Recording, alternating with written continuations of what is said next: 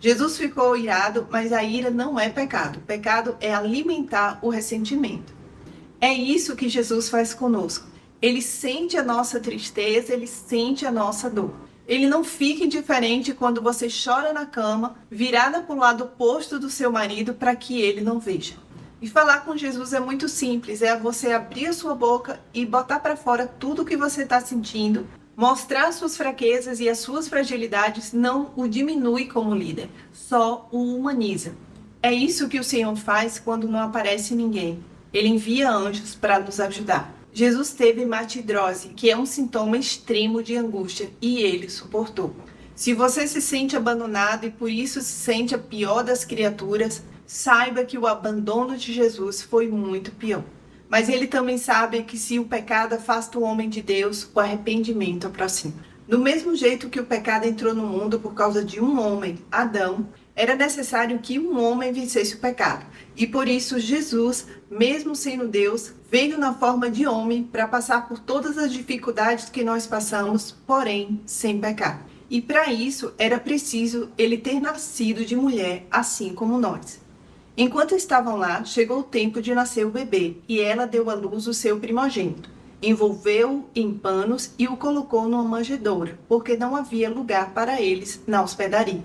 Ele foi colocado em uma manjedoura, em um coxo, lugar onde se coloca comida para animais. Jesus nasceu em um local totalmente inapropriado para uma criança nascer, um lugar onde os animais também frequentavam, porque não tinha lugar para eles na hospedaria. Jesus veio ao mundo assim, em um lugar bem simples, como muitas crianças de famílias pobres. Completando-se os 8 dias para a circuncisão do menino, foi-lhe posto o nome de Jesus, o qual lhe tinha sido dado pelo anjo antes dele nascer. Jesus era judeu e foi circuncisado, assim como as demais crianças, como símbolo da aliança de Deus com Abraão. Todos os anos seus pais iam a Jerusalém para a festa da Páscoa. Quando ele completou 12 anos de idade, eles subiram à festa conforme costume. Terminada a festa, voltando seus pais para casa, o menino Jesus ficou em Jerusalém sem que eles percebessem. Pensando que ele estava entre os companheiros de viagem, caminharam o dia todo. Então começaram a procurá-lo entre os seus parentes e conhecidos. Não o encontrando, voltaram a Jerusalém para procurá-lo. Quantos pais já passaram por isso? O filho sumir de repente, quando eles percebem, ficam aflitos e vão desesperados atrás dele. Pois é, Jesus era um adolescente de 12 anos que também se afastou dos seus pais terrenos e os deixou aflitos. Porém, o menino cresceu e aos 30 anos de idade iniciou seu ministério e junto com ele vieram as aflições de quem precisava morrer por uma humanidade inteira. Jesus, cheio do Espírito Santo, voltou do Jordão e foi levado pelo Espírito ao deserto, onde durante 40 dias foi tentado pelo diabo. Não comeu nada durante esses dias e ao fim deles teve fome. Isso aconteceu logo após Jesus ter sido batizado por João Batista. Se você reclama que depois do seu batismo as tentações aumentaram, com Jesus também. Assim como nós, Jesus passou por tentações, foi tentado pelo diabo, mas só que as tentações dele foram muito piores do que as que a gente passa. Jesus foi tentado quando ele estava num jejum de 40 dias. Você pode imaginar o que é isso. Ele foi tentado quando ele teve fome. Aí o diabo apareceu. Da mesma forma é conosco. Quando estamos mais vulneráveis, aí é que o diabo aparece para nos tentar. E você pode dizer, jesuíta, mas ele era Deus. Nesse momento, Jesus era homem e por isso teve fome. Jesus não venceu a tentação porque era Deus. Ele venceu a tentação porque ele estava cheio do Espírito Santo. Quando estamos cheios do Espírito Santo, aí nos tornamos fortes para vencer as armadilhas do diabo. Comento sobre isso nesse vídeo. E como homem, Jesus não somente sentiu sentimentos bons, mas também sentiu sentimentos ruins. Quando já estava chegando a Páscoa judaica, Jesus subiu a Jerusalém. No pátio do templo, viu alguns vendendo bois, ovelhas e pombas, e outros assentados diante de mesas, trocando dinheiro. Então ele fez um chicote de cordas e expulsou todos do templo, bem como as ovelhas e os bois. Espalhou as moedas dos cambistas e virou as suas mesas. Aos que vendiam pombas disse, tirem essas coisas daqui, parem de fazer da casa do meu pai um mercado. Seus discípulos lembraram-se que está escrito, o zelo pela tua casa me consumirá. Jesus expulsou os cambistas não com palavras doces e com educação, mas com chicote na mão e revirando tudo. Jesus ficou irado, mas a ira não é pecado. O pecado é alimentar o ressentimento. Quando vocês ficarem irados, não pequem. Apaziguem a sua ira antes que o sol se ponha e não dê lugar ao diabo. Ou seja, resolva o seu emocional no mesmo dia e não guarde ressentimento. Hoje em dia vemos pastores e padres revoltados com escárnios direcionados a Jesus, e eu tenho por mim que foi esse sentimento que Jesus sentiu no templo. Além disso, é normal e aceitável que façamos como Jesus em algum momento específico. O que não pode acontecer é a gente agir assim com frequência. Aí deixamos de ser pessoas normais e nos tornamos pessoas difíceis de conviver e fora dos padrões de Deus. Façam todo o possível para viver em paz com todos. Então, deem a César o que é de César e a Deus o que é de Deus. Assim como Jesus foi circuncisado ao 8º dia em respeito ao judaísmo, da mesma forma ele pagou o imposto exigido pelo governo. Jesus poderia ter sido anarquista, mas não foi, porque ele respeitava a Bíblia e a Bíblia diz: todos devem sujeitar-se às autoridades governamentais, pois não há autoridade que não venha de Deus. As autoridades que existem foram por ele estabelecidas.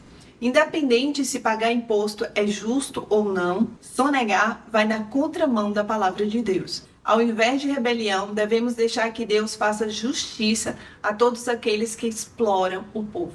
Jesus amava Marta, a irmã dela, e Lázaro. Já adulto, após iniciar seu ministério, Jesus fez amigos. Além dos discípulos mais chegados, Jesus tinha 3 grandes amigos: Marta, Maria e Lázaro.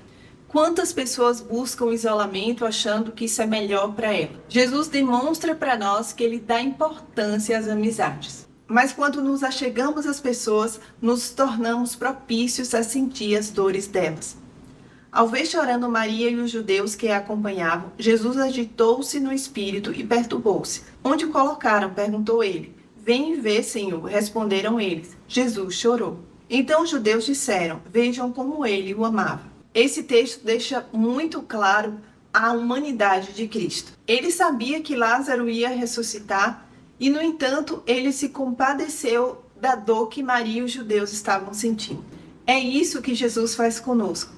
Ele sente a nossa tristeza, ele sente a nossa dor. Ele não fica indiferente quando você chora escondido no banheiro para que as outras pessoas da casa não vejam. Ele não fica indiferente quando você chora na cama, virada para o lado oposto do seu marido para que ele não veja.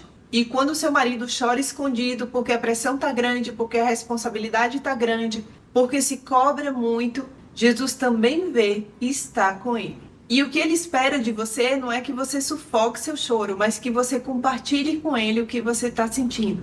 E falar com Jesus é muito simples, é você abrir a sua boca e botar para fora tudo o que você está sentindo. É como se você estivesse falando com seu grande amigo. E as aflições de Jesus, por outro lado, continuaram. Levando consigo Pedro e os 2 filhos de Zebedeu, começou a entristecer-se e a angustiar-se. Disse-lhes então: a minha alma está profundamente triste, numa tristeza mortal. Fiquem aqui e vigiem comigo.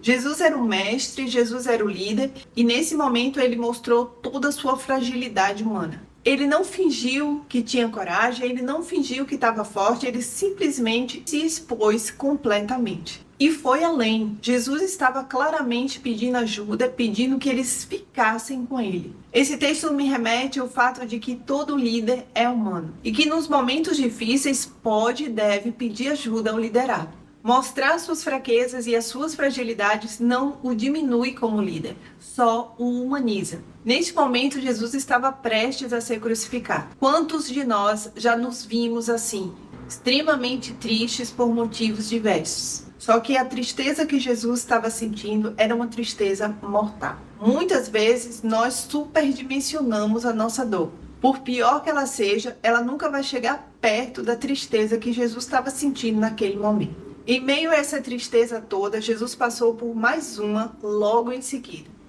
E retirou-se outra vez para orar. Meu Pai, se não for possível afastar de mim este cálice sem que eu o beba, faça-se a tua vontade. Quando voltou de novo, os encontrou dormindo, porque seus olhos estavam pesados. Então os deixou novamente e orou pela 3ª vez, dizendo as mesmas palavras.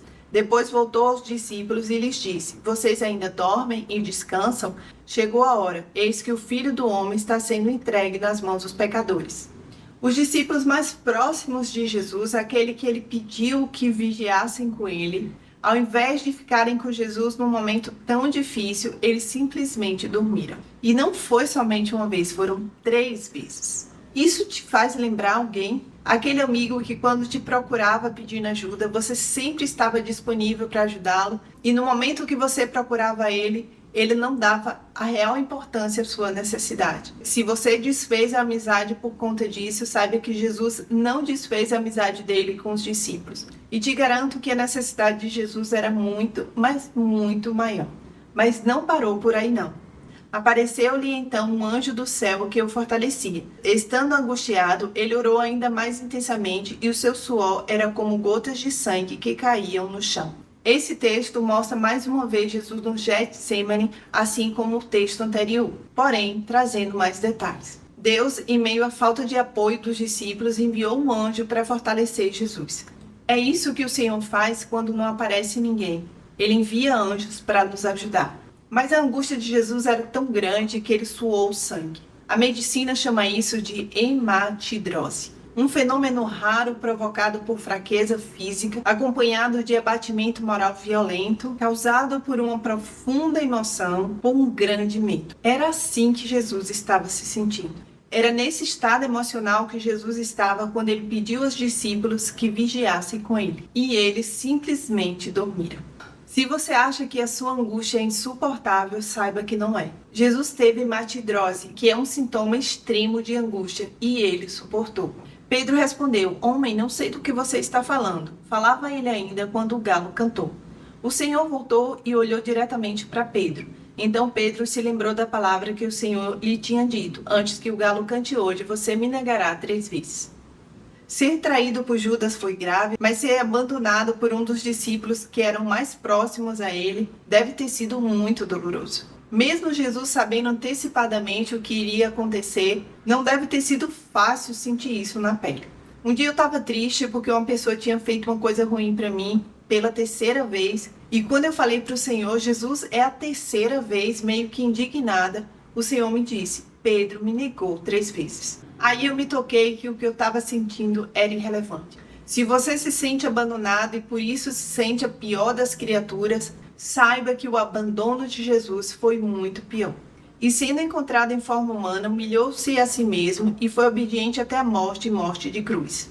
Quando vemos a imagem de Cristo crucificado, não temos a dimensão do que o corpo humano pode passar numa situação dessas. Quando Jesus foi pregado na cruz, ele estava absurdamente ferido e mesmo assim ele foi pregado no madeiro. Quando o prego entrou na mão dele, segundo a medicina, produziu a dor mais insuportável que um ser humano pode provar. A dor provocada pelo rompimento dos grandes troncos nervosos que chega até o cérebro, que faz perder a consciência, mas Jesus não perdeu e isso foi dilacerante. A dor extrema poderia o ter tornado indiferente às pessoas, mas não o tornou. Jesus disse: Pai, perdoa-lhes, pois não sabem o que estão fazendo. Jesus sentiu as piores sensações que um ser humano pode sentir, e em meio a esse sentimento brutal, ele ainda encontrou forças e um mundo de compaixão para ainda falar: Pai, perdoa-lhes, porque não sabem o que fazem. E nós que erramos constantemente, resistimos em perdoar bobagem. Essa agonia de Jesus durou 6 horas. Por volta das 3 horas da tarde, Jesus bradou em alta voz: Eloi, Eloi, lama sabachthani, que significa: meu Deus, por que me abandonastes? Nesse momento, o pecado do mundo estava sobre ele. Ou seja, ele sabe o que você sente quando, por causa dos seus erros, você se sente só. Ele sabe o que é se sentir como se Deus o tivesse abandonado. Mas ele também sabe que se o pecado afasta o homem de Deus, o arrependimento aproxima. Tudo que te dói, tudo que te entristece, tudo que te machuca, Jesus passou por coisa muito pior. Ele entende o que você sente e tem autoridade para te dizer que tenha bom ânimo, porque ele venceu todas as batalhas. E por isso você também pode vencer. A vitória de Jesus, que também é de todos aqueles que creem nele, se resume no texto abaixo. Nada mais apropriado do que terminarmos esse vídeo, não com as minhas palavras, mas com as palavras do maior de todos os vencedores, Jesus. Esse texto é uma profecia do que ia acontecer com ele. Agora que eu vou para aquele que me enviou, nenhum de vocês me pergunta: para onde vais? Porque falei estas coisas, o coração de vocês encheu-se de tristeza. Mas eu lhes afirmo que é para o bem de vocês que eu vou. Se eu não for, o Conselheiro, o Espírito Santo, não virá para vocês, mas se eu for, eu o enviarei. Quando ele vier, convencerá o mundo do pecado, da justiça e do juízo. Do pecado, porque os homens não creem em mim. Da justiça, porque vou para o Pai, e vocês não me verão mais. E do juízo, porque o príncipe deste mundo já está condenado, o diabo. Tenho ainda muito que lhes dizer, mas vocês não podem suportar agora. Mas quando o Espírito da verdade vier, ele os guiará a toda a verdade. Não falará de si mesmo, falará apenas o que ouvir, e lhes anunciará o que está por vir. Ele me glorificará, porque receberá do que é meu e o tornará conhecido a vocês. Tudo que pertence ao Pai é meu. Por isso eu disse que o Espírito receberá do que é meu e o tornará conhecido a vocês. Mais um pouco e já não me verão, um pouco mais e me verão de novo. Alguns dos seus discípulos disseram uns aos outros: o que ele quis dizer com isso? Mais um pouco e não me verão, e um pouco mais e me verão de novo. E por que vou para o Pai? E perguntavam: que quer dizer um pouco mais? Não entendemos o que ele está dizendo. Jesus percebeu que desejavam interrogá-lo a respeito disso, pelo que eles disse: vocês estão perguntando uns aos outros o que eu quis dizer quando falei, mais um pouco e não me verão, um pouco mais e me verão de novo? Digo-lhes que certamente vocês chorarão e se lamentarão, mas o mundo se alegrará. Vocês se entristecerão, mas a tristeza de vocês se transformará em alegria. A mulher que está dando à luz sente dores porque chegou a sua hora, mas quando o bebê nasce, ela esquece a angústia por causa da alegria de ter nascido no mundo um menino. Assim acontece com vocês. Agora é hora de tristeza para vocês, mas eu os verei outra vez, e vocês se alegrarão, e ninguém lhes tirará essa alegria. Naquele dia vocês não me perguntarão mais nada. Eu lhes asseguro que meu Pai lhes dará tudo o que pedirem em meu nome. Até agora vocês não me pediram nada em meu nome. Peçam e receberão, para que a alegria de vocês seja completa. Embora eu tenha falado por meio de figura, vem a hora em que não usarei mais esse tipo de linguagem, mas lhes falarei abertamente a respeito do meu Pai. Nesse dia vocês pedirão em meu nome. Não digo que pedirei ao Pai em favor de vocês, pois o próprio Pai os ama, porquanto vocês me amaram e creram que eu vim de Deus. Eu vim do Pai e entrei no mundo, agora deixo o mundo e volto para o Pai.